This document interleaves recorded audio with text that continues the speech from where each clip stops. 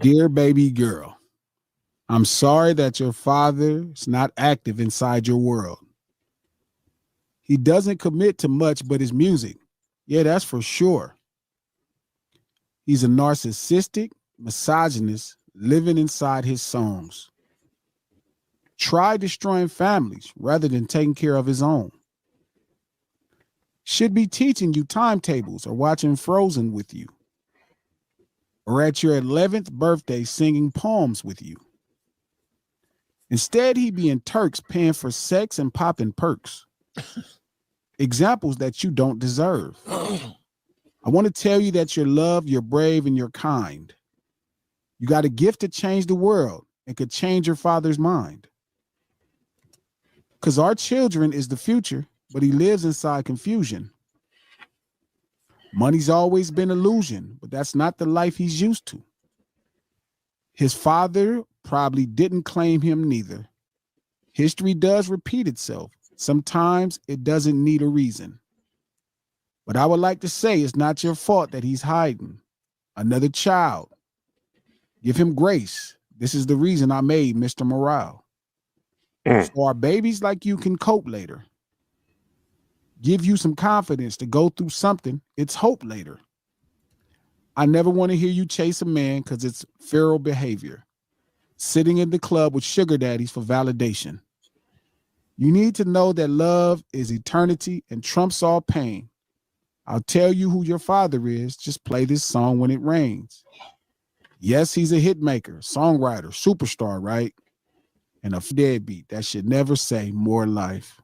Oof. The grams. Now it hit different, definitely. That was.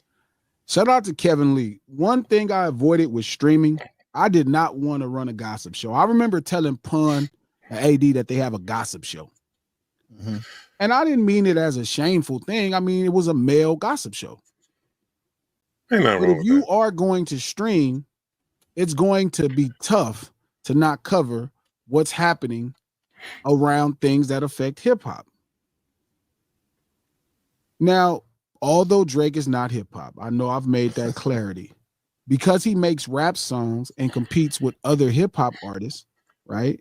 Sometimes he falls into the fold. Today, Drake was in family court. Everything was shut down. They say it was a woman there that was not that's not his son's mother. And they had the whole court shut down because of his celebrity status. Now listen, I've been knowing Kendrick at this point for 20 years. 20 years. It's a long time. I've never known him to be a liar. Like, I wouldn't describe him as a liar. I got certain homies that I met through hip hop and rap music that, yeah, if you told me that they told a fib, I'd be like, oh, okay. Maybe Chuck. Maybe Joe Moses. Oh, okay. Yeah, the homies be putting a 10 on the 2. You know, that's fair to say. Joe Moses could have got $1 million. He gonna make it $102 million. That's just who he is. Add a zero. He know how to sell it. Chuck, if he knocked out 3 people, he knocked out 30 people. That's game. Chuck is game. When I say Chuck, I'm always referencing the game. Add a zero to it. But Chuck is the type, you know, if he knocked out one nigga, he knocked out 101 niggas in one fight. That's how Chuck tells stories.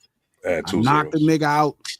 But this story now, I mean, it was 30 niggas coming. I knocked this nigga out. I knocked this dude out and these niggas, and I pissed in his mouth. And Game, what's funny is I remember Game telling me when he got into it with 40 Glock in the club, and he had the video on his phone. And I'm like, Chuck is crazy.